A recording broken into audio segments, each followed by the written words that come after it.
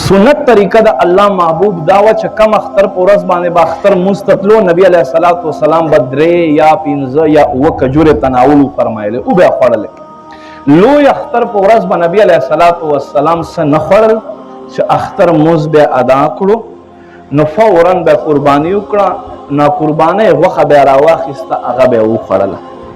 سنت طریقه دا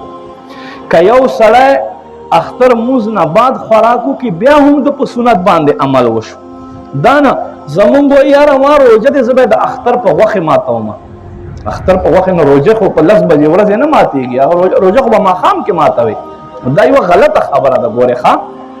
سنت طریقه دا دی که تا یو سړی دې ته به غوښه نه میلاوېږي نو دی به څه کوي ناست به وي د به قرباني نه یې کړې ده ته به څوک غوښه نه راوړي نو ناست به وي نو دا یوه غلطه خبره ده سنت طریقه دا دی چې لوی اختر په ورځ باندې څه نه خوړل اختر موز نه بعد وخوره